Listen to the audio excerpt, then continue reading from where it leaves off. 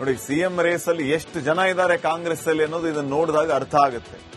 ಮೊದಲೇ ಸಿದ್ದರಾಮಯ್ಯ, ಡಿಕೆ ಶಿವಕುಮಾರ್ ಮಧ್ಯೆ ಯಾವ ರೀತಿ ಟಗ್ ಆಫ್ ವಾರ್ ನಡೀತಾ ಇದೆ ಈ ಚೇರ್ ವಿಚಾರವಾಗಿ ನೋಡ್ತಾ ಇದ್ದೀರಿ. ಇದ್ರ ಮಧ್ಯೆ ಪರಮೇಶ್ವರ್ ಕೂಡ ಬರ್ತಿದ್ದಾರೆ. ಹೈಕಮಾಂಡ್ ಒಪ್ಪಿದರೆ ನಾನು ಕೂಡ ಸಿಎಂ ಅಂತ ಹೇಳ್ತಿದ್ದಾರೆ. ನಾನು ಆಶಾವಾದಿ ಅಂತ ಹೇಳ್ತಿದ್ದಾರೆ. ಯಾರಿಗೆಂತ ಕೊಡೋದು ಇದು ಇರೋದೊಂದು ಚೇರ್ನ?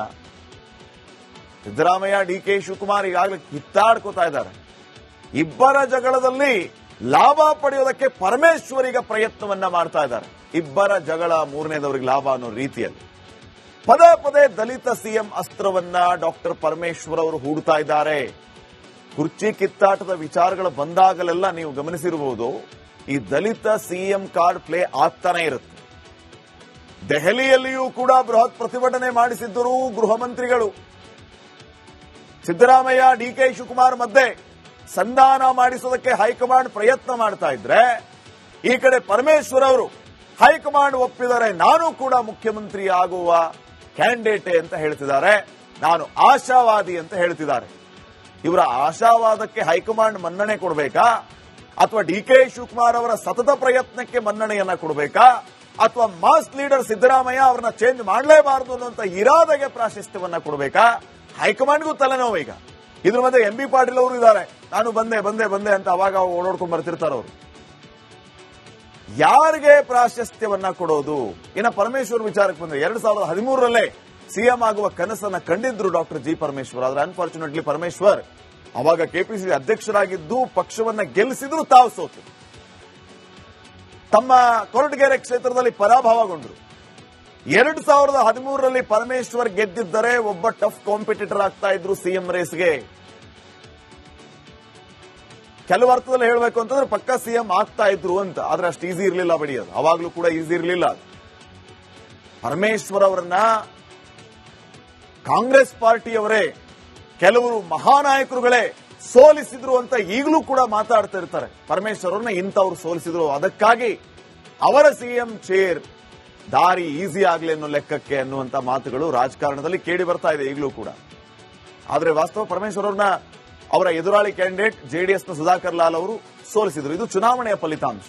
ಆದ್ರೆ ಪರಮೇಶ್ವರ್ ಅವರನ್ನ ಸೋಲಿಸೋದಕ್ಕೆ ಕಾಂಗ್ರೆಸ್ಸಿಗರೇ ಕಾರಣ, ಅದಕ್ಕೆ ಹಲವು ಕಾರಣಗಳಿದೆ ಅನ್ನುವಂತ ಮಾತುಗಳು ಕೂಡ ಈಗಲೂ ಚರ್ಚೆಗೆ ಬರುತ್ತೆ. ಇದೇ ವಿಚಾರ ಅವರನ್ನ ಈಗಲೂ ಕಾಡ್ತಾ ಇದೆ. ಇವತ್ತಿಗೂ ಅದೇ ಕಹಿ ನೆನಪನ್ನ ಪರಮೇಶ್ವರ್ ಅವರು ನೆನಪು ಮಾಡ್ಕೊತಾರೆ.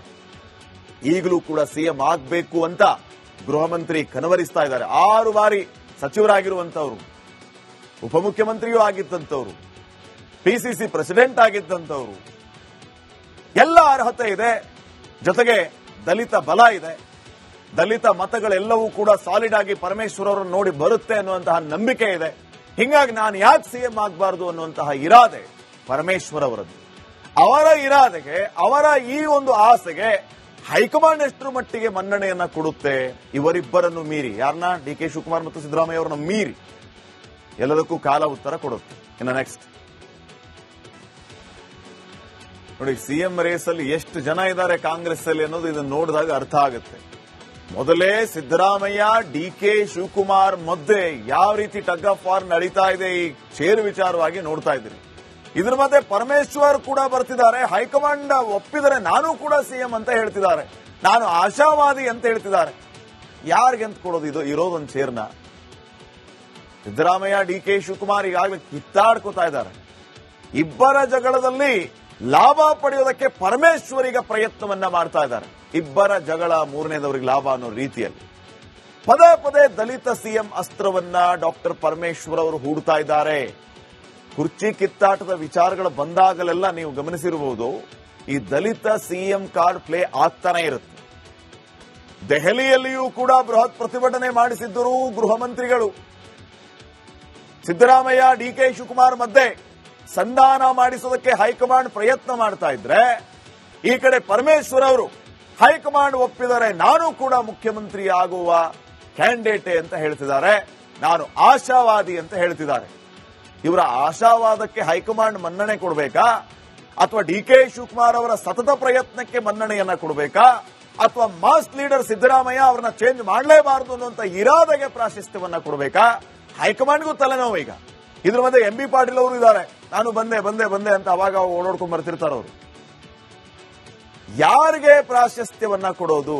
ಇನ್ನ ಪರಮೇಶ್ವರ್ ವಿಚಾರಕ್ಕೆ ಬಂದ್ರೆ 2013ರಲ್ಲೇ ಸಿಎಂ ಆಗುವ ಕನಸನ್ನ ಕಂಡಿದ್ರು ಡಾಕ್ಟರ್ ಜಿ ಪರಮೇಶ್ವರ್. ಆದ್ರೆ ಅನ್ಫಾರ್ಚುನೇಟ್ಲಿ ಪರಮೇಶ್ವರ್ ಅವಾಗ ಕೆಪಿಸಿಸಿ ಅಧ್ಯಕ್ಷರಾಗಿದ್ದು ಪಕ್ಷವನ್ನ ಗೆಲ್ಲಿಸಿದ್ರು, ತಾವು ಸೋತು ತಮ್ಮ ಕೊರಟಗೆರೆ ಕ್ಷೇತ್ರದಲ್ಲಿ ಪರಾಭವಗೊಂಡ್ರು. 2013ರಲ್ಲಿ ಪರಮೇಶ್ವರ್ ಗೆದ್ದಿದ್ದರೆ ಒಬ್ಬ ಟಫ್ ಕಾಂಪಿಟೇಟರ್ ಆಗ್ತಾ ಇದ್ರು ಸಿಎಂ ರೇಸ್ಗೆ. ಕೆಲವು ಅರ್ಥದಲ್ಲಿ ಹೇಳಬೇಕು ಅಂತಂದ್ರೆ ಪಕ್ಕ ಸಿಎಂ ಆಗ್ತಾ ಇದ್ರು ಅಂತ. ಆದ್ರೆ ಅಷ್ಟು ಈಸಿ ಇರಲಿಲ್ಲ ಬಡಿಯೋದು, ಅವಾಗ್ಲೂ ಕೂಡ ಈಸಿ ಇರಲಿಲ್ಲ. ಪರಮೇಶ್ವರ್ ಅವರನ್ನ ಕಾಂಗ್ರೆಸ್ ಪಾರ್ಟಿಯವರೇ, ಕೆಲವರು ಮಹಾನಾಯಕರುಗಳೇ ಸೋಲಿಸಿದ್ರು ಅಂತ ಈಗಲೂ ಕೂಡ ಮಾತಾಡ್ತಾ ಇರ್ತಾರೆ. ಪರಮೇಶ್ವರ್ ಅವ್ರನ್ನ ಇಂಥವ್ರು ಸೋಲಿಸಿದ್ರು, ಅದಕ್ಕಾಗಿ ಅವರ ಸಿಎಂ ಚೇರ್ ದಾರಿ ಈಸಿ ಆಗ್ಲಿ ಅನ್ನೋ ಲೆಕ್ಕಕ್ಕೆ ಅನ್ನುವಂತ ಮಾತುಗಳು ರಾಜಕಾರಣದಲ್ಲಿ ಕೇಳಿ ಬರ್ತಾ ಇದೆ ಈಗಲೂ ಕೂಡ. ಆದ್ರೆ ವಾಸ್ತವ ಪರಮೇಶ್ವರ್ ಅವ್ರನ್ನ ಅವರ ಎದುರಾಳಿ ಕ್ಯಾಂಡಿಡೇಟ್ ಜೆಡಿಎಸ್ನ ಸುಧಾಕರ್ ಲಾಲ್ ಅವರು ಸೋಲಿಸಿದ್ರು. ಇದು ಚುನಾವಣೆಯ ಫಲಿತಾಂಶ. ಆದ್ರೆ ಪರಮೇಶ್ವರ್ ಅವರನ್ನ ಸೋಲಿಸೋದಕ್ಕೆ ಕಾಂಗ್ರೆಸ್ಸಿಗರೇ ಕಾರಣ, ಅದಕ್ಕೆ ಹಲವು ಕಾರಣಗಳಿದೆ ಅನ್ನುವಂತ ಮಾತುಗಳು ಕೂಡ ಈಗಲೂ ಚರ್ಚೆಗೆ ಬರುತ್ತೆ.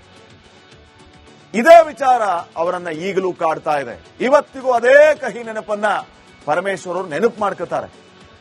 ಈಗಲೂ ಕೂಡ ಸಿಎಂ ಆಗಬೇಕು ಅಂತ ಗೃಹ ಮಂತ್ರಿ ಕನವರಿಸ್ತಾ ಇದ್ದಾರೆ. 6 ಬಾರಿ ಸಚಿವರಾಗಿರುವಂತವರು, ಉಪಮುಖ್ಯಮಂತ್ರಿಯೂ ಆಗಿದ್ದಂಥವ್ರು, ಪಿಸಿಸಿ ಪ್ರೆಸಿಡೆಂಟ್ ಆಗಿದ್ದಂಥವ್ರು, ಎಲ್ಲ ಅರ್ಹತೆ ಇದೆ. ಜೊತೆಗೆ ದಲಿತ ಬಲ ಇದೆ. ದಲಿತ ಮತಗಳೆಲ್ಲವೂ ಕೂಡ ಸಾಲಿಡ್ ಆಗಿ ಪರಮೇಶ್ವರ್ ಅವರನ್ನು ನೋಡಿ ಬರುತ್ತೆ ಅನ್ನುವಂತಹ ನಂಬಿಕೆ ಇದೆ. ಹಿಂಗಾಗಿ ನಾನು ಯಾಕೆ ಸಿಎಂ ಆಗಬಾರದು ಅನ್ನುವಂತಹ ಇರಾದೆ ಪರಮೇಶ್ವರ್ ಅವರದ್ದು. ಅವರ ಇರಾದೆಗೆ, ಅವರ ಈ ಒಂದು ಆಸೆಗೆ ಹೈಕಮಾಂಡ್ ಎಷ್ಟರ ಮಟ್ಟಿಗೆ ಮನ್ನಣೆಯನ್ನ ಕೊಡುತ್ತೆ? ಇವರಿಬ್ಬರನ್ನು ಮೀರಿ, ಯಾರನ್ನ? ಡಿ ಕೆ ಶಿವಕುಮಾರ್ ಮತ್ತು ಸಿದ್ದರಾಮಯ್ಯ ಅವರನ್ನ ಮೀರಿ ಎಲ್ಲದಕ್ಕೂ ಕಾಲ ಉತ್ತರ ಕೊಡುತ್ತೆ. ಇನ್ನು ನೆಕ್ಸ್ಟ್ ನೋಡಿ, ಸಿಎಂ ರೇಸ್ ಅಲ್ಲಿ ಎಷ್ಟು ಜನ ಇದ್ದಾರೆ ಕಾಂಗ್ರೆಸ್ ಅಲ್ಲಿ ಅನ್ನೋದು ಇದನ್ನು ನೋಡಿದಾಗ ಅರ್ಥ ಆಗುತ್ತೆ. ಮೊದಲೇ ಸಿದ್ದರಾಮಯ್ಯ, ಡಿ ಕೆ ಶಿವಕುಮಾರ್ ಮಧ್ಯೆ ಯಾವ ರೀತಿ ಟಗ್ ಆಫ್ ವಾರ್ ನಡೀತಾ ಇದೆ ಈ ಚೇರು ವಿಚಾರವಾಗಿ ನೋಡ್ತಾ ಇದ್ದೀರಿ. ಇದ್ರ ಮಧ್ಯೆ ಪರಮೇಶ್ವರ್ ಕೂಡ ಬರ್ತಿದ್ದಾರೆ. ಹೈಕಮಾಂಡ್ ಒಪ್ಪಿದರೆ ನಾನು ಕೂಡ ಸಿಎಂ ಅಂತ ಹೇಳ್ತಿದ್ದಾರೆ. ನಾನು ಆಶಾವಾದಿ ಅಂತ ಹೇಳ್ತಿದ್ದಾರೆ. ಯಾರಿಗೆಂತ ಕೊಡೋದು? ಇದು ಇರೋದೊಂದು ಚೇರ್ನ. ಸಿದ್ದರಾಮಯ್ಯ, ಡಿ ಕೆ ಶಿವಕುಮಾರ್ ಈಗಾಗಲೇ ಕಿತ್ತಾಡ್ಕೋತಾ ಇದ್ದಾರೆ. ಇಬ್ಬರ ಜಗಳದಲ್ಲಿ ಲಾಭ ಪಡೆಯೋದಕ್ಕೆ ಪರಮೇಶ್ವರ್ ಈಗ ಪ್ರಯತ್ನವನ್ನ ಮಾಡ್ತಾ ಇದ್ದಾರೆ. ಇಬ್ಬರ ಜಗಳ ಮೂರನೇದವರಿಗೆ ಲಾಭ ಅನ್ನೋ ರೀತಿಯಲ್ಲಿ ಪದೇ ಪದೇ ದಲಿತ ಸಿಎಂ ಅಸ್ತ್ರವನ್ನ ಡಾಕ್ಟರ್ ಪರಮೇಶ್ವರ್ ಅವರು ಹೂಡ್ತಾ ಇದ್ದಾರೆ. ಕುರ್ಚಿ ಕಿತ್ತಾಟದ ವಿಚಾರಗಳು ಬಂದಾಗಲೆಲ್ಲ ನೀವು ಗಮನಿಸಿರಬಹುದು, ಈ ದಲಿತ ಸಿಎಂ ಕಾರ್ಡ್ ಪ್ಲೇ ಆಗ್ತಾನೆ ಇರುತ್ತೆ. ದೆಹಲಿಯಲ್ಲಿಯೂ ಕೂಡ ಬೃಹತ್ ಪ್ರತಿಭಟನೆ ಮಾಡಿಸಿದ್ದರು ಗೃಹ ಮಂತ್ರಿಗಳು. ಸಿದ್ದರಾಮಯ್ಯ, ಡಿ ಕೆ ಶಿವಕುಮಾರ್ ಮಧ್ಯೆ ಸಂಧಾನ ಮಾಡಿಸೋದಕ್ಕೆ ಹೈಕಮಾಂಡ್ ಪ್ರಯತ್ನ ಮಾಡ್ತಾ ಇದ್ರೆ, ಈ ಕಡೆ ಪರಮೇಶ್ವರ್ ಅವರು ಹೈಕಮಾಂಡ್ ಒಪ್ಪಿದರೆ ನಾನು ಕೂಡ ಮುಖ್ಯಮಂತ್ರಿ ಆಗುವ ಕ್ಯಾಂಡಿಡೇಟ್ ಅಂತ ಹೇಳ್ತಿದ್ದಾರೆ. ನಾನು ಆಶಾವಾದಿ ಅಂತ ಹೇಳ್ತಿದ್ದಾರೆ. ಇವರ ಆಶಾವಾದಕ್ಕೆ ಹೈಕಮಾಂಡ್ ಮನ್ನಣೆ ಕೊಡಬೇಕಾ, ಅಥವಾ ಡಿ ಕೆ ಶಿವಕುಮಾರ್ ಅವರ ಸತತ ಪ್ರಯತ್ನಕ್ಕೆ ಮನ್ನಣೆಯನ್ನ ಕೊಡಬೇಕಾ, ಅಥವಾ ಮಾಸ್ ಲೀಡರ್ ಸಿದ್ದರಾಮಯ್ಯ ಅವರನ್ನ ಚೇಂಜ್ ಮಾಡಲೇಬಾರದು ಅನ್ನುವಂತ ಇರಾದೆಗೆ ಪ್ರಾಶಸ್ತ್ಯವನ್ನ ಕೊಡಬೇಕಾ? ಹೈಕಮಾಂಡ್ಗೂ ತಲೆನೋವು ಈಗ. ಇದ್ರ ಮಧ್ಯೆ ಎಂ ಬಿ ಪಾಟೀಲ್ ಅವರು ಇದ್ದಾರೆ. ನಾನು ಬಂದೆ ಅಂತ ಅವಾಗ ಓಡಾಡ್ಕೊಂಡ್ ಬರ್ತಿರ್ತಾರ ಅವರು. ಯಾರಿಗೆ ಪ್ರಾಶಸ್ತ್ಯವನ್ನ ಕೊಡೋದು? ಇನ್ನ ಪರಮೇಶ್ವರ್ ವಿಚಾರಕ್ಕೆ ಬಂದ್ರೆ 2013ರಲ್ಲೇ ಸಿಎಂ ಆಗುವ ಕನಸನ್ನ ಕಂಡಿದ್ರು ಡಾಕ್ಟರ್ ಜಿ ಪರಮೇಶ್ವರ್. ಆದ್ರೆ ಅನ್ಫಾರ್ಚುನೇಟ್ಲಿ ಪರಮೇಶ್ವರ್ ಅವಾಗ ಕೆಪಿಸಿಸಿ ಅಧ್ಯಕ್ಷರಾಗಿದ್ದು ಪಕ್ಷವನ್ನ ಗೆಲ್ಲಿಸಿದ್ರು, ತಾವು ಸೋತು ತಮ್ಮ ಕೊರಟಗೆರೆ ಕ್ಷೇತ್ರದಲ್ಲಿ ಪರಾಭವಗೊಂಡ್ರು. 2013ರಲ್ಲಿ ಪರಮೇಶ್ವರ್ ಗೆದ್ದಿದ್ದರೆ ಒಬ್ಬ ಟಫ್ ಕಾಂಪಿಟೇಟರ್ ಆಗ್ತಾ ಇದ್ರು ಸಿಎಂ ರೇಸ್ಗೆ. ಕೆಲವು ಅರ್ಥದಲ್ಲಿ ಹೇಳಬೇಕು ಅಂತಂದ್ರೆ ಪಕ್ಕ ಸಿಎಂ ಆಗ್ತಾ ಇದ್ರು ಅಂತ. ಆದ್ರೆ ಅಷ್ಟು ಈಸಿ ಇರಲಿಲ್ಲ ಬಡಿಯೋದು, ಅವಾಗ್ಲೂ ಕೂಡ ಈಸಿ ಇರಲಿಲ್ಲ. ಪರಮೇಶ್ವರ್ ಅವರನ್ನ ಕಾಂಗ್ರೆಸ್ ಪಾರ್ಟಿಯವರೇ, ಕೆಲವರು ಮಹಾನಾಯಕರುಗಳೇ ಸೋಲಿಸಿದ್ರು ಅಂತ ಈಗಲೂ ಕೂಡ ಮಾತಾಡ್ತಾ ಇರ್ತಾರೆ. ಪರಮೇಶ್ವರ್ ಅವ್ರನ್ನ ಇಂಥವ್ರು ಸೋಲಿಸಿದ್ರು, ಅದಕ್ಕಾಗಿ ಅವರ ಸಿಎಂ ಚೇರ್ ದಾರಿ ಈಸಿ ಆಗ್ಲಿ ಅನ್ನೋ ಲೆಕ್ಕಕ್ಕೆ ಅನ್ನುವಂತ ಮಾತುಗಳು ರಾಜಕಾರಣದಲ್ಲಿ ಕೇಳಿ ಬರ್ತಾ ಇದೆ ಈಗಲೂ ಕೂಡ. ಆದ್ರೆ ವಾಸ್ತವ ಪರಮೇಶ್ವರ್ ಅವ್ರನ್ನ ಅವರ ಎದುರಾಳಿ ಕ್ಯಾಂಡಿಡೇಟ್ ಜೆಡಿಎಸ್ನ ಸುಧಾಕರ್ ಲಾಲ್ ಅವರು ಸೋಲಿಸಿದ್ರು. ಇದು ಚುನಾವಣೆಯ ಫಲಿತಾಂಶ. ಆದ್ರೆ ಪರಮೇಶ್ವರ್ ಅವರನ್ನ ಸೋಲಿಸೋದಕ್ಕೆ ಕಾಂಗ್ರೆಸ್ಸಿಗರೇ ಕಾರಣ, ಅದಕ್ಕೆ ಹಲವು ಕಾರಣಗಳಿದೆ ಅನ್ನುವಂತ ಮಾತುಗಳು ಕೂಡ ಈಗಲೂ ಚರ್ಚೆಗೆ ಬರುತ್ತೆ. ಇದೇ ವಿಚಾರ ಅವರನ್ನ ಈಗಲೂ ಕಾಡ್ತಾ ಇದೆ. ಇವತ್ತಿಗೂ ಅದೇ ಕಹಿ ನೆನಪನ್ನ ಪರಮೇಶ್ವರ್ ಅವರು ನೆನಪು ಮಾಡ್ಕೋತಾರೆ. ಈಗಲೂ ಕೂಡ ಸಿಎಂ ಆಗಬೇಕು ಅಂತ ಗೃಹ ಮಂತ್ರಿ ಕನವರಿಸ್ತಾ ಇದ್ದಾರೆ. 6 ಬಾರಿ ಸಚಿವರಾಗಿರುವಂತವರು, ಉಪಮುಖ್ಯಮಂತ್ರಿಯೂ ಆಗಿದ್ದಂಥವ್ರು, ಪಿಸಿಸಿ ಪ್ರೆಸಿಡೆಂಟ್ ಆಗಿದ್ದಂಥವ್ರು, ಎಲ್ಲ ಅರ್ಹತೆ ಇದೆ. ಜೊತೆಗೆ ದಲಿತ ಬಲ ಇದೆ. ದಲಿತ ಮತಗಳೆಲ್ಲವೂ ಕೂಡ ಸಾಲಿಡ್ ಆಗಿ ಪರಮೇಶ್ವರ್ ಅವರನ್ನು ನೋಡಿ ಬರುತ್ತೆ ಅನ್ನುವಂತಹ ನಂಬಿಕೆ ಇದೆ. ಹಿಂಗಾಗಿ ನಾನು ಯಾಕೆ ಸಿಎಂ ಆಗಬಾರದು ಅನ್ನುವಂತಹ ಇರಾದೆ ಪರಮೇಶ್ವರ್ ಅವರದ್ದು. ಅವರ ಇರಾದೆಗೆ, ಅವರ ಈ ಒಂದು ಆಸೆಗೆ ಹೈಕಮಾಂಡ್ ಎಷ್ಟರ ಮಟ್ಟಿಗೆ ಮನ್ನಣೆಯನ್ನ ಕೊಡುತ್ತೆ ಇವರಿಬ್ಬರನ್ನು ಮೀರಿ, ಯಾರನ್ನ ಡಿ ಕೆ ಶಿವಕುಮಾರ್ ಮತ್ತು ಸಿದ್ದರಾಮಯ್ಯ ಅವರನ್ನ ಮೀರಿ, ಎಲ್ಲದಕ್ಕೂ ಕಾಲ ಉತ್ತರ ಕೊಡುತ್ತೆ. ಇನ್ನು ನೆಕ್ಸ್ಟ್